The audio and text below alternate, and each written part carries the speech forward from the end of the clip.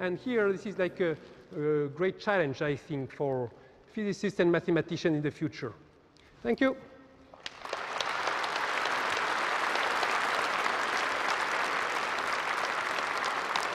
But it's so the critical thing is in the linear analysis. Okay, you pay it also later in the technical proofs because you need to use the linear decay to compensate for the nonlinearity and so on. But later in the nonlinear analysis, you don't take advantage of the sign of the interaction. I don't know if some advantage can be taken. My guess is no. My guess is... No, at the moment you don't really use that. No.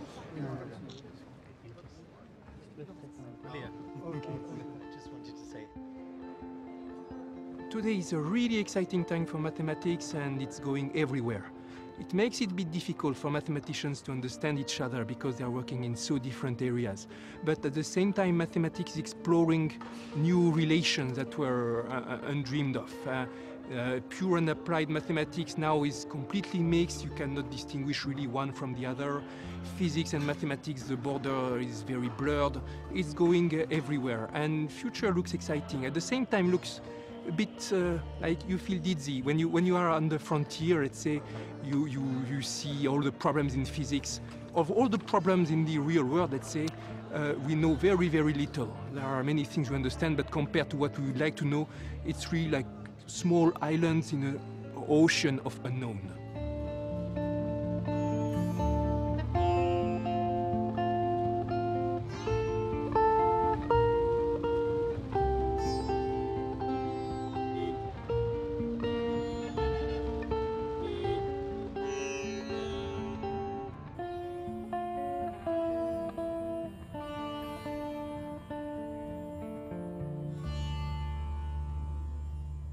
Tout le monde a un avis sur les maths, oui. Oui. Même les autres scientifiques reconnaissent que les maths ont un statut spécial. Il n'y a pas longtemps, je suis tombé sur une citation d'Einstein qui expliquait que les mathématiques, parmi toutes les sciences, ont un statut privilégié. Et qu'elles inspirent plus le respect peut-être que les autres parce que les conclusions mathématiques sont immuables. Hein? Quelque chose qui est démontré en mathématiques, c'est démontré pour toujours. Les théorèmes d'Euclide, les théorèmes depuis les théorèmes d'Euclide jusqu'au théorème de Perelman il n'y a pas longtemps, par exemple. On est embourbé là, je crois, les sables mouvants.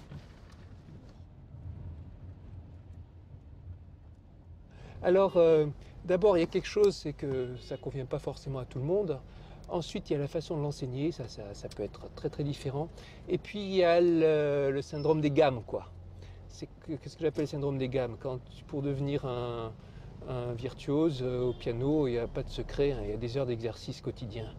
Pour devenir un virtuose des mathématiques, il y a des exercices quotidiens aussi tout le temps. Il y a une souffrance qui est l'acquisition des réflexes techniques. Une fois que les réflexes techniques sont bien intériorisés, on peut commencer à être inventif. De la même façon qu'un interprète peut développer une interprétation très audacieuse, faire des improvisations une fois qu'il maîtrise bien la technique.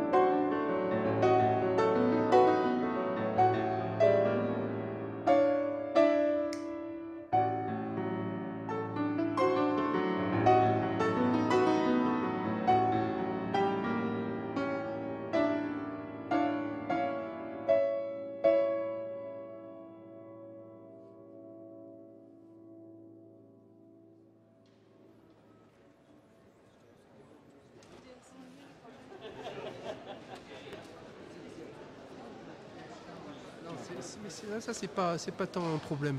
Ce qui est un problème, c'est l'application de la science en dehors de son champ d'action. Il y a beaucoup de gens qui essaient de récupérer ça.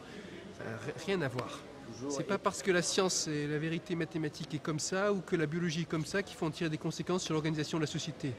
C'est pas parce qu'il y a la compétition des espèces qu'il faut forcément qu'il y ait de la compétition des acteurs économiques.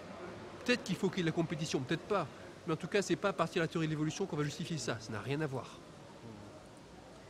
Il faut savoir, bien sûr, toujours de quoi on parle. Toujours savoir de quoi on parle. Un peu d'instruction mathématique, ça aide justement à déjouer.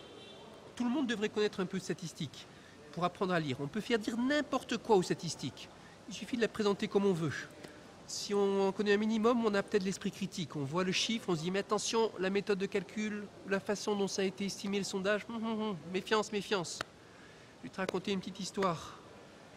Aussi, oui, si on en sait un petit peu, on ne se laisse pas impressionner par l'argument d'autorité. Alors c'est cette histoire, peut-être que je t'ai déjà raconté d'ailleurs.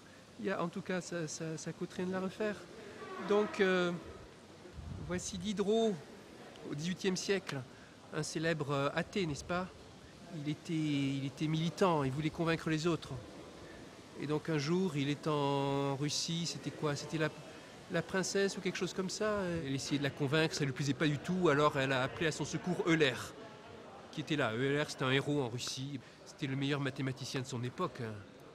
Ouais, il y a Diderot là, il m'embête, tu veux pas aller lui fermer son caquet? Pas de problème, Euler, ça le faisait rire.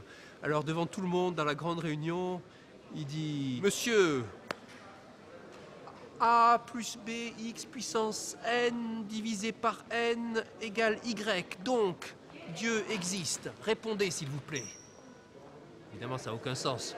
Le Diderot, il comprenait rien, il ne connaissait rien, il n'a rien pu répondre. Il est parti vexé comme un pou. C'est la légende qui dit ça. Mais c'est comme ça.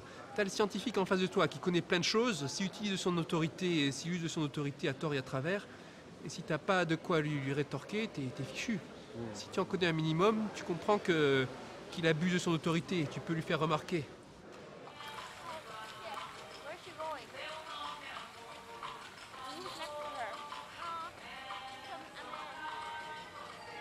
Elle a oublié son chaperon.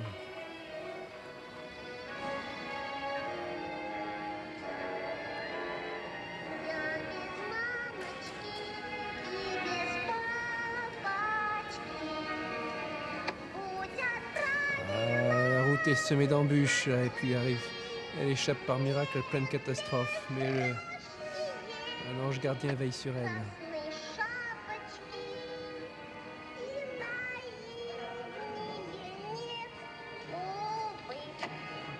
Voilà, c'est le loup. Le pauvre loup, un Sir Folk, il a plus de dents, enfin ses dents se déchaussent et tout, c'est un grand malheur. Alors tu vois, il se lamente partout, il perd ses dents. Je crois qu'on le voit là, ouais, c'est ça là. Là, il est là, oh là là. Et puis il est au chômage évidemment. Побывать в Париже твой почетный долг. Только есть. T'as vu les yeux et tout? На свободе волк. Folk. Хоть по приговору Ah, il montre le portrait, Prestupnik. волк зубом шел. Regarde bien ma fille. День хороший. Жить не может он. Alors après, elle se balade, elle va amener par monts et par vaux la galette à sa mère grand. Il faut la voir. Affronter les obstacles. Ah, le chaperon.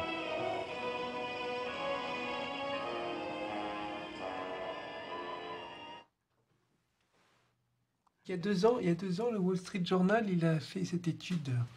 Ils se sont demandé c'est quoi les meilleurs métiers du monde. Et c'est mathématicien qui est arrivé en premier. Ils ont fait leur classement avec plein de critères. Ils ont tenu compte des salaires, des possibilités de promotion, de si c'est pénible ou pas, un paquet de critères. Et les mathématiciens sont arrivés au sommet de l'échelle. C'était pas les avocats, ni les médecins, ni les princesses, non, non.